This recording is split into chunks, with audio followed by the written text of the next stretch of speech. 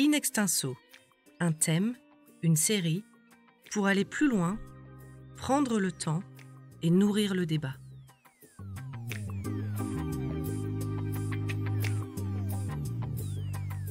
La démocratie, c'est littéralement le pouvoir exercé par le peuple. Elle ne se déploie évidemment pas de la même manière sous toutes les latitudes. Les États qui ont choisi ce régime, ou prétendent l'avoir choisi, l'appliquent chacun avec leur histoire, leurs institutions, leurs aspirations. Dans certains d'entre eux, la crise sanitaire a eu des impacts sur l'exercice de la démocratie. The Conversation a choisi d'explorer cette notion à travers une série de podcasts réalisés avec l'Institut des hautes études pour la science et la technologie et intitulé « Quelle démocratie ?»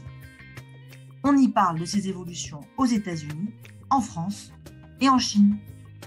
Les deux premiers États sont des démocraties, même s'ils font régulièrement l'objet de critiques sévères. La Chine, elle, est un régime autoritaire qui pourtant se prétend démocratique. Comment la démocratie s'exerce-t-elle? Comment se construit-elle? Quel danger la menace?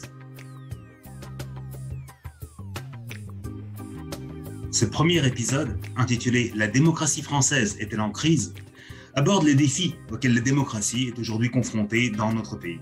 De la défiance croissante envers les élites au questionnement sur la représentativité des élus, en passant par les contestations virulentes du système, comme on l'a vu avec les Gilets jaunes. Pour discuter de tous ces sujets, nous accueillons Pierre-Henri Tavoyot, maître de conférences en philosophie à Sorbonne Université et président du Collège de philosophie. Merci beaucoup d'être avec nous aujourd'hui. Et une toute première question, toute simple pour commencer. Quelle est votre définition de la démocratie en tant que méthode de gouvernement ? Alors, il faut partir de l'étymologie, comme souvent en la matière. Dans démocratie, il y a démos, le peuple, et kratos, le pouvoir. Et il faut bien voir que, défini comme ça, c'est un régime assez mystérieux, la démocratie, parce que, j'allais dire, s'il y a du démos, il y a par définition pas beaucoup de pouvoir, puisqu'il y a l'Assemblée. On a beaucoup critiqué la démocratie comme étant une forme d'anarchie. Et puis là où il y a pouvoir, si je puis dire, le peuple n'a pas vraiment son mot à dire en général. Et donc, vous voyez en quel sens on pourrait dire d'emblée que ce gouvernement est extrêmement contradictoire. J'ajoute un point, c'est que ce gouvernement dont on pourrait penser qu'il est contradictoire est aussi très déceptif. Parce qu'il nous promet beaucoup, au fond. Il nous dit, voilà, pour ce qui est la France, il y aura de la liberté, il y aura de l'égalité, il y aura de la fraternité, peut-être même du bonheur pour tout le monde. Vous voyez qu'on en est très loin. Donc, j'allais dire, le vrai mystère de la démocratie n'est pas tant qu'elle fonctionne mal, mais vraiment qu'elle fonctionne. Parce qu'on le voit, c'est un régime contradictoire dans sa substance et par son idéal, forcément, on va être un peu déçu par le résultat. Si vous voulez, l'immensité des promesses est assez peu compatible avec le caractère extrêmement fini des moyens. Il y a ces gilets jaunes qui sont arrivés, qui sont sur le trottoir d'avant, qui avancent et qui scandent Macron démission. Loïc Besson, vous êtes sur place. Situation assez tendue, c'est le moins qu'on puisse dire. Non, on n'est pas dans une démocratie du tout. On est dans une oligarchie et on est dans un système de représentativité qui ne prend pas en compte une majorité des gens, mais qui prend en compte des intérêts politiques. Nous venons d'entendre un extrait d'une interview du leader Gilets jaunes, Maxime Nicole, alias Flyrider, aux médias Combini le 9 janvier 2019. Alors parlons un peu de la France. On voit des mouvements de fond à l'œuvre. Par exemple, les grands partis traditionnels qui sont délaissés, une abstention qui augmente, un système qui a pu être remis en cause par le mouvement des Gilets jaunes, par exemple, on vient de l'entendre. Du coup, on peut s'interroger sur une éventuelle crise de la démocratie. Vous en pensez quoi ? Encore une fois, je pense que la démocratie est par nature en crise. Donc après, il faut voir si la crise est plus ou moins grave. Et c'est ça le grand défi. Mais pour essayer de prendre un tout petit peu de recul, on pourrait dire qu'il y a deux grandes ou même trois grandes critiques de la démocratie. Je reprends ma petite étymologie pour que les choses soient claires. Démos et kratos. Si vous voulez, le pari des fondateurs de nos régimes, ce qui étaient les penseurs libéraux, était de dire, pour résoudre cette contradiction, bon, on va pas trop mettre de démos, pas trop de peuple, On invente quelque chose qui s'appelle la représentation, c'est-à-dire ceux qui exercent le pouvoir, ce n'est pas le peuple en direct, mais ce sont les représentants, donc pas trop de peuple, et aussi pas trop de pouvoir, parce que les libéraux sont des adversaires de l'absolutisme, et le grand principe libéral, on l'oublie souvent d'ailleurs en France où le mot est détesté, mais c'est de diviser le pouvoir. Il faut, comme disait Montesquieu, par la composition des choses, le pouvoir arrête le pouvoir. Donc pas trop de peuple et pas trop de pouvoir.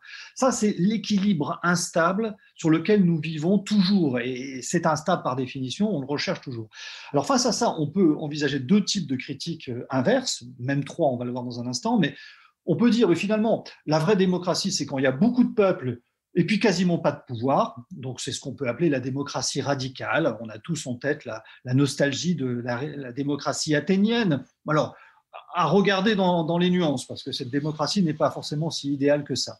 Et puis de l'autre côté, on peut dire, non, la vraie démocratie, c'est quand il y a du vrai pouvoir, il y a un pouvoir, le peuple est évidemment là, mais il faut des leaders charismatiques, et ce deuxième modèle, c'est ce qu'on appelle aujourd'hui la démocratie illibérale, qui considère que le vrai défi, c'est la puissance. Et puis après, on peut faire une sorte de motion de synthèse de ces deux critiques, voilà, et puis de dire toujours plus de peuple et toujours plus de pouvoir. Et ça, c'est exactement la définition du populisme.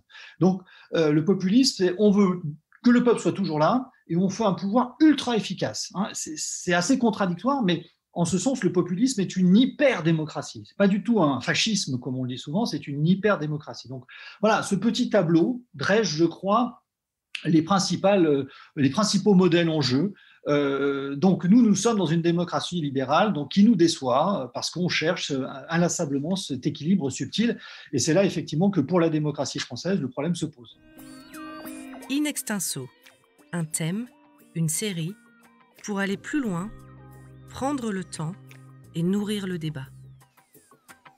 Cette déception que suscite la démocratie française, que faudrait-il faire pour y remédier ?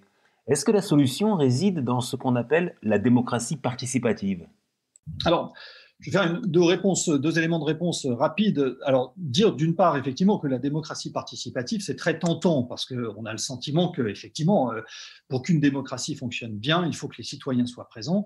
Alors moi, je suis très prudent et même très sceptique à l'égard de la démocratie participative. Pour une raison simple que je vais essayer d'énoncer, c'est que pour qu'il y ait démocratie participative, il faut que le peuple participe. Vous conviendrez que ça paraît évident. Et l'expérience montre que cette participation, au départ, ça marche bien. On a très, très envie de participer, d'aller dans les réunions. Voilà, on dit enfin, on nous écoute. Et puis, avec le temps, il faut admettre que cette participation devient de plus en plus ponctuelle. L'enthousiasme pionnier commence à se dissiper un peu. Et moi-même qui adore la politique, je ne suis pas prêt, je le reconnais, à passer toutes mes nuits, mes soirées, mes journées, mes dimanches à aller participer à des réunions. Et donc, si moi, je n'y vais pas, alors que j'adore la politique, qui va y aller ? Eh bien, progressivement, ce seront des militants, ce seront des minorités actives, ce seront ceux qui ont le temps. Et j'allais dire que la démocratie participative, c'est la dictature de ceux qui ont le temps. Voilà. Et pour ça, c'est un peu fâcheux. Et donc, au bout du compte, cette démocratie participative, au lieu de produire le triomphe du pouvoir du peuple, va représenter une usurpation du peuple. Et c'est vrai que les initiatives de démocratie participative, très vite, patinent, échouent et sont désertées. Et ceux qui sont là et qui restent se disent nous sommes le peuple. Voilà. Et ça représente un grand défaut. Donc je suis très, très réticent à l'égard de cette évolution. Je pense qu'il faut au contraire repenser la démocratie dans toutes ses dimensions. Et on peut définir ces dimensions de manière très précise. Pour qu'il y ait démocratie, il faut qu'il y ait un système d'élection. Premier point.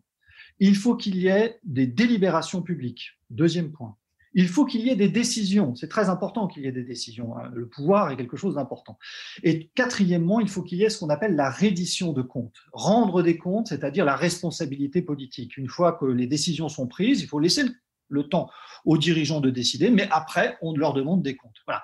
S'il manque une seule de ces 4 étapes dans une démocratie, ce n'est pas justement une démocratie, ça dysfonctionne.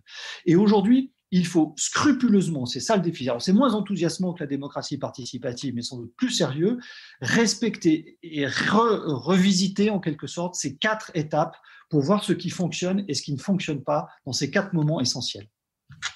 Juste pour revenir sur les critiques qui peuvent être faites à la démocratie française, je voudrais qu'on revienne un peu sur sur cette idée d'introduire davantage de proportionnel à l'Assemblée nationale. C'est une proposition qu'on entend souvent. Qu'est-ce que vous en pensez? Est-ce qu'on n'irait pas vers plus de démocratie avec ce genre de proposition? Écoutez, honnêtement, je suis très, très embarrassé avec cette proposition qui, d'une part, me paraît effectivement raisonnable parce que, par exemple, effectivement, quoi qu'on pense des idées, le fait que le Rassemblement national ne soit pas davantage représenté à l'Assemblée peut paraître être un problème, voire une anomalie démocratique.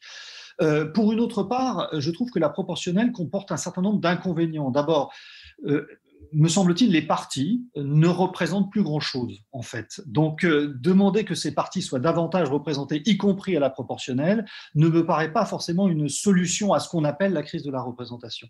Par ailleurs, ça crée, la proportionnelle, ce qu'on appelle les députés un peu hors sol, hein, qui sont non pas le fruit d'un territoire, mais d'un calcul mathématique.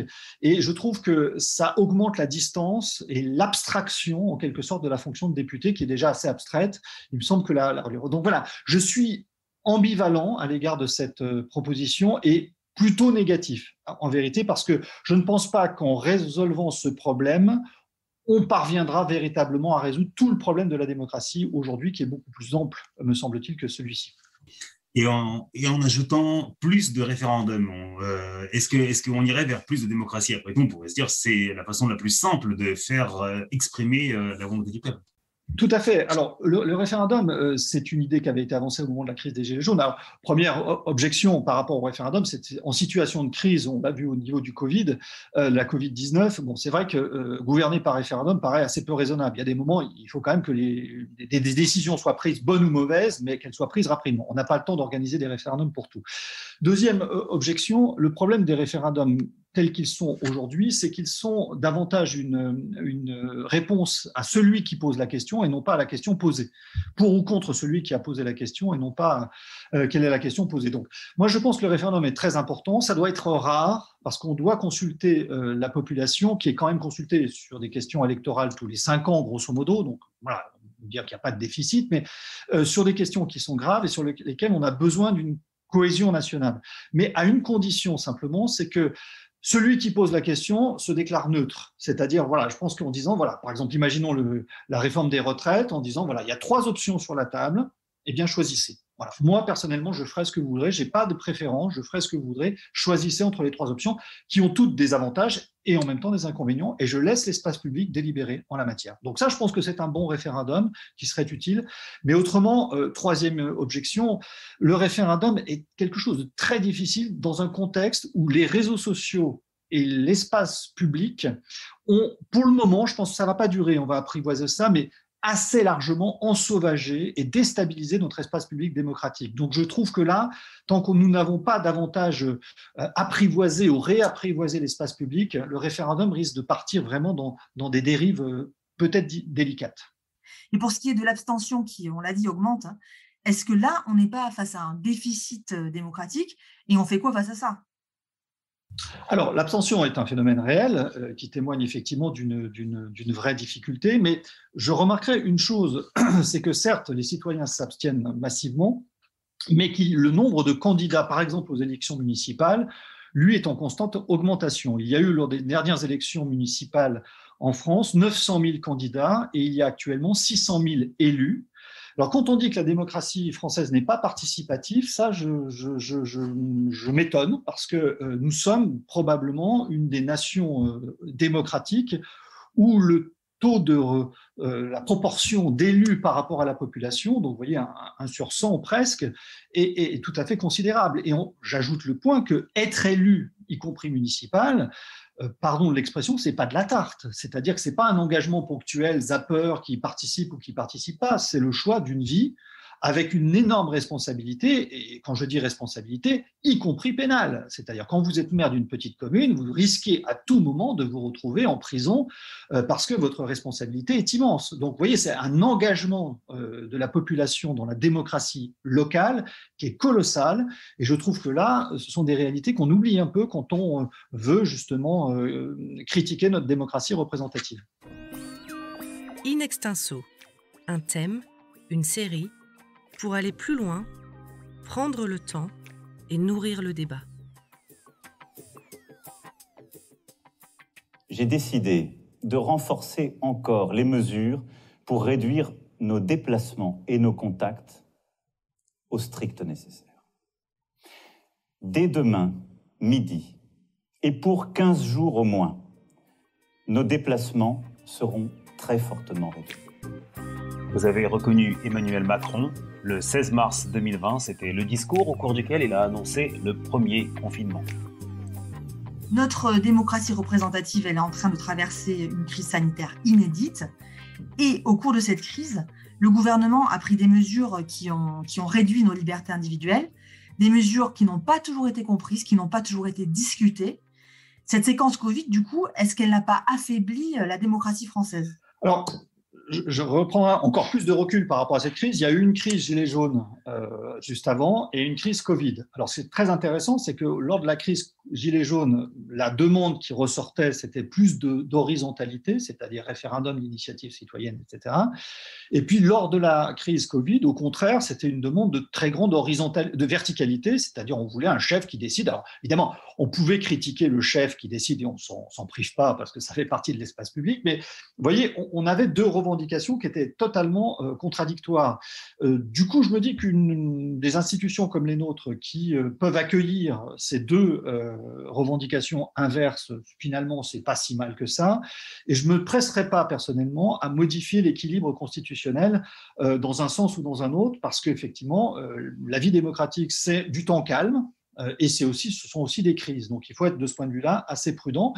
Quant aux libertés, écoutez, je serais là aussi, évidemment, dans l'espace public, c'est naturel, tout le monde critique tout, quoi qu'on fasse.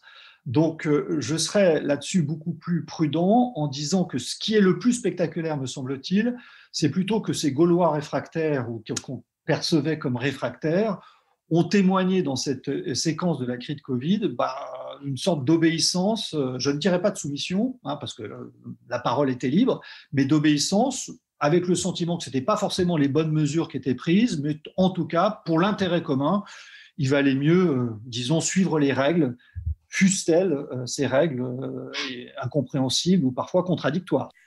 Une autre critique qui est souvent formulée aujourd'hui à l'égard du fonctionnement démocratique de la France, c'est que finalement, on entend parfois, la France n'est pas une démocratie puisque le pouvoir réel n'est pas détenu à Paris, mais à Bruxelles. Est-ce que la France a délégué trop de ses prérogatives à Bruxelles ? Est-ce qu'une organisation supranationale comme l'Union européenne peut être pleinement démocratique ? Alors pour le moment, l'Europe n'est pas une démocratie, mais il faut bien admettre que c'est la France démocratique qui a donné des compétences à l'Europe qui ne l'est pas. Donc j'allais dire, on a un processus qui est un processus qui a été démocratique, il y a eu des traités, ces traités ont été votés, donc le processus est démocratique. Alors, le problème de l'Europe aujourd'hui, c'est qu'elle peine à être, moi ce que j'appelle de mes voeux personnellement, une Europe puissance. Elle a été un marché, elle a été un système juridique, et ce marché a fait en sorte que l'ensemble du territoire européen a été ouvert aux quatre vents. Le système juridique a fait qu'en effet, les souverainetés nationales ont été un peu, disons, traumatisées.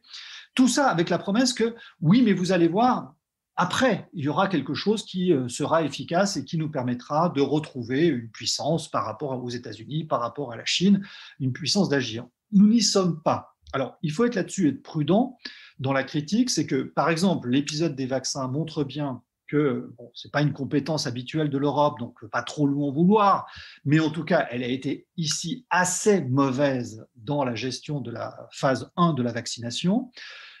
Et en même temps, soyons nuancés, sur la question de l'aide financière aux États, du plan de relance, de la mutualisation des dettes, nous avons eu une Europe qui a été formidablement efficace. Il ne faut pas oublier cet aspect. Donc le bilan de la crise est assez mitigé, très mauvais sur la vaccination, mais assez efficace sur les questions financières. Les dettes publiques, et notamment la nôtre, sont garanties par l'Europe, par la Banque centrale européenne, et c'est quelque chose qui est tout à fait indispensable, sinon effectivement la situation de la France et probablement nos taux d'intérêt d'emprunt auraient été d'un seul coup beaucoup plus élevés.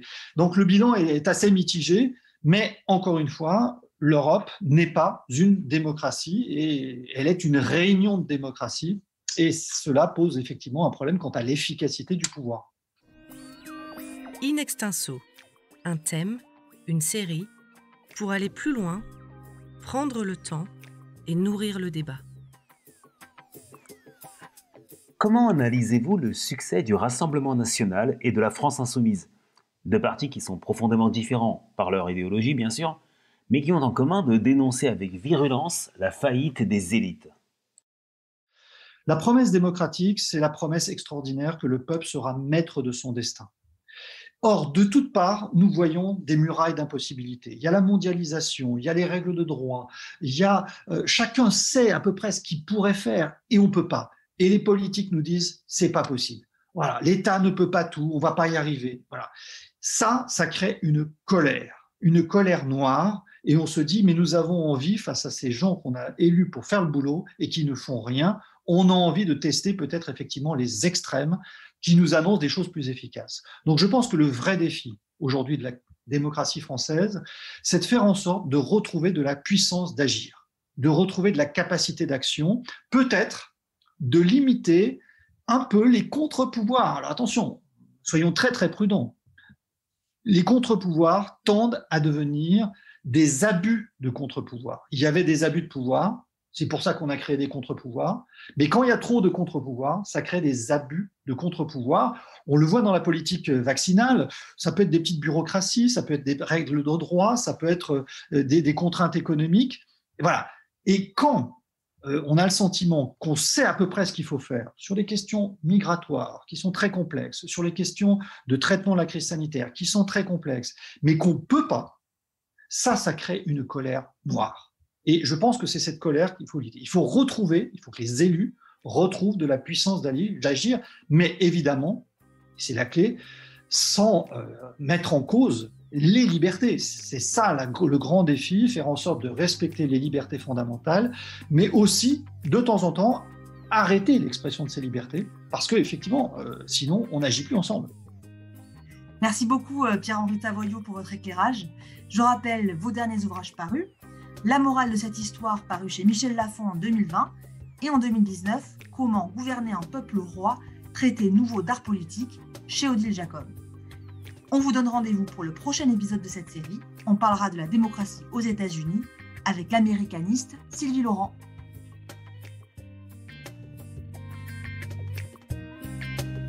Retrouvez tous nos podcasts sur theconversation.fr. N'hésitez pas à les commenter et à les partager. Merci de votre écoute.